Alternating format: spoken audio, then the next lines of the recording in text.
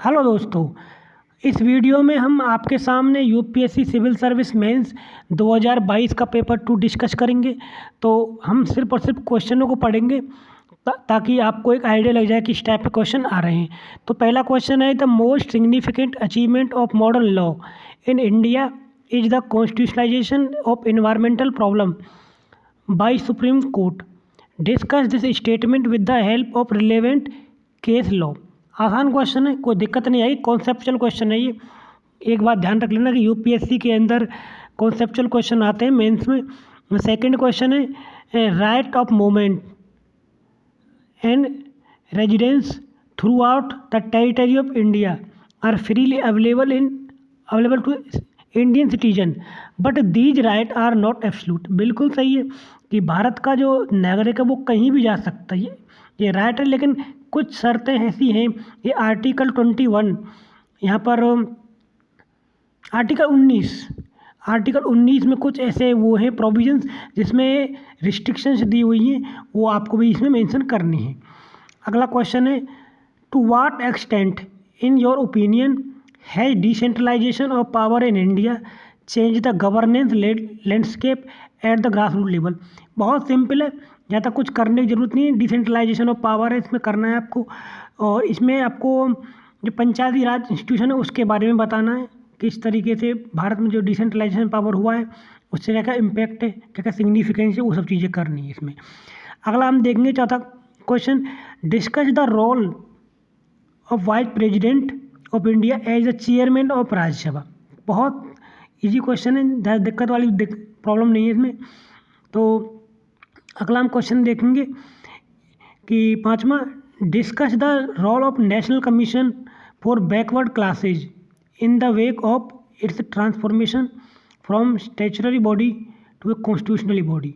यानी कि जो नेशनल कमीशनर और बैकवर्ड है उसमें मतलब जो पहले ये स्टैच्यूटरी बॉडी था अब वो कॉन्स्टिट्यूशनल बॉडी हो गया, उसमें किस तरीके के ये जो उसका रोल है वो चेंज हो गए, वो आपको इसमें बताने हैं।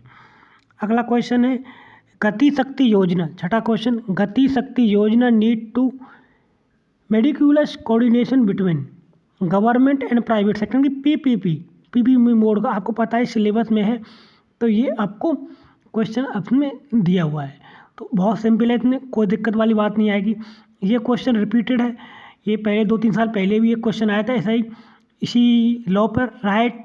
Right of person disability act 2016, शायद ये 2017 का क्वेश्चन है, इस तरह का आया था। तो ये ध्यान रख लेना कि क्वेश्चन रिपीट भी होते हैं यूपीएससी मेंस में।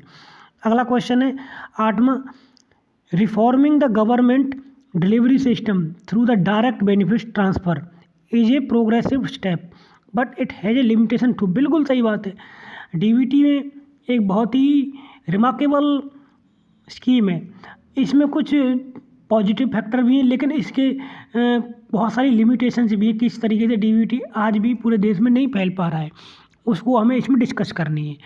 तो अगला क्वेश्चन हम आपके सामने लेके आएंगे, India is a 9th question है, India is a age of old friend of Sri Lanka. बिल्कुल सही बात है, discuss the role of recent crisis in Sri Lanka in light of preceding statement. तो कहने का मतलब ये है कि भारत का श्रीलंका का बहुत पुराना दोस्त है और उसने क्या क्या श्रीलंका की इस समय हेल्प की, आपको पता ही है। हम तेल भेजा है, हमने बहुत सारी चीज़ें भेजी हैं श्रीलंका के अंदर, इस समय फर्टिलाइज़र भेजा है श्रीलंका की क्राइसिस में, तो क्या क्या हेल्प की है हमने, उसके संबंधित क्वेश्चन है। अगला क्वेश्चन है बिम्स्टेक का, ये क्वेश्चन बहुत इम्पोर्टेंट है। ये 2019 में ये बहुत हर लगभग सब कई बार खबरों में आया था, बिम्स्टेक और सार्क का कंपैरिजन करना बताया था। तो अब लेकिन ये क्वेश्चन फाइनली पूछ लिया है, क्योंकि पहले पूछना चाहिए था 2019 में, लेकिन आज पूछा ये क्वेश्चन। अगला है क्वेश्चन देखेंगे कि discuss the procedure to decide the dispute arise out of election to the member of parliament state. कहने का मतलब ये है कि representative of people act of, इसके बारे में पूछा गया, क्या बारे में कि what are the ground of which election of any return candidate may be declare as a void. बहुत सिंपल है, इसमें कोई ज़्यादा दिक्कत नहीं है, क्योंकि इसमें पीपल्स ऑफ रिप्रेजेंटेटिव एक्ट 1951 आपके सिलेबस में आपको ये पता होना चाहिए कहने का मेरा मतलब ये, अगर आपने बिल्कुल नहीं पढ़ा है तो कुछ नहीं कर पाओगे इसमें। पेपर इतना अलग लेवल का नहीं आया, पेपर बहुत आसान है ये सेकंड पेपर। तो यहाँ अगला देखेंगे, इसमें discuss the essential condition to exercise the legislature power by the governor. देखिए कितना आसान क्वेश्चन आ गया है, और वो भी 15 मार्क्स का। आप देखिए यहाँ क्या कर रहा है, डिस्कस द लीगलिटी ऑफ क्या कहते हैं ऑर्डिनेंस को किस तरीके से गवर्नर उसको प्रमोलगेट करता है, तो वो उस चीज़ के बारे में आई है इसी क्वेश्चन। तो अगला यहाँ देखेंगे, बहुत इजी क्वेश्चन है, आराम से आपको लक्ष्मीकांत में मिल जाएंगे, जो इस टाइप से खासकर जो बेसिक क्वेश्चन पूछे हुए हैं। अब जैसे ये है कि while the national political party in India favour centralise and regional party are in favour of state autonomy. तो यानी जो नेशनल पार्टी हैं वो ये चाहती हैं कि सेंट्रलाइजेशन हो, बल्कि जो रीजनल पार्टी वो चाहती हैं कि स्टेट को ऑटोनॉमी मिले।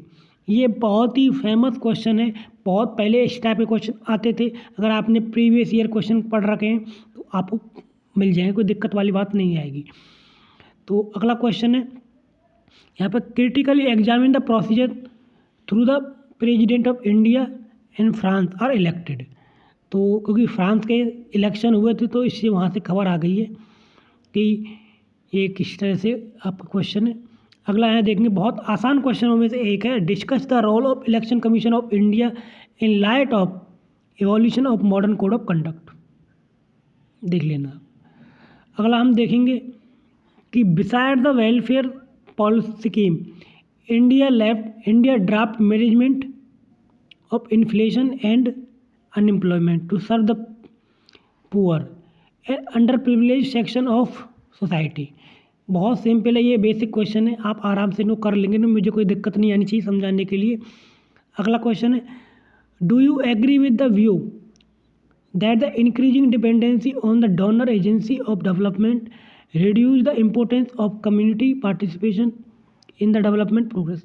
बिल्कुल सही बात है, लेकिन एक चीज़ ध्यान रख लेना इस बात को, जहाँ भी ये क्वेश्चन है ना डू यू एग्री विद, तो इसमें आपको कुछ फेवर में पॉइंट लिखने हैं, कुछ अगेंस्ट पॉइंट लिखने हैं, लेकिन देन कंक्लूजन भी लिखना है आप कि आप इसके अगेंस्ट में क्यों हैं, फेवर में क्यों हैं। तो ये आप ध्यान रख लेना।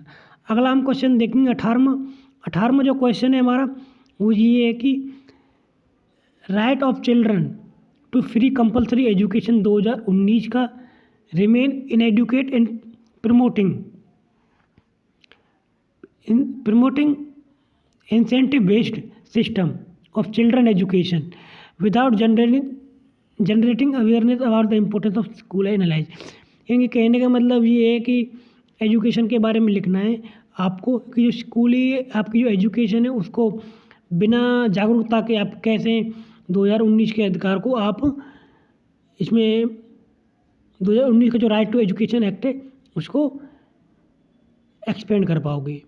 अब ये क्वेश्चन बहुत रिपीटेड ये आ गया है आपका, ये पहला इसका सबमिट हुआ था यूएई में I2U2। इसमें 4 मेंबर इंडिया, इजराइल, यूएई और US group transforming the India position as a global politics. तो ये ध्यान रख लेना आप। अब लास्ट क्वेश्चन है हमारा 20वां, बहुत आसान क्वेश्चनों में से एक है ये, clean energy is the order of the day. बिल्कुल सही बात है। Describe the briefly India changing the policy toward the climatic change in the various international fora in the context of geopolitics. तो ये क्वेश्चन हमारे हो गए हैं 20 के 20। इसी प्रकार से हम सारे क्वेश्चन आपके सामने डिस्कस करेंगे। हमारा जो टेलीग्राम ग्रुप है यूपीएससी नॉलेज ग्रुप, उस पर आपको इस पेपर की PDF मिल जाएगी। आप हमारे चैनल को सब्सक्राइब भी कर सकते हैं। धन्यवाद गाइज।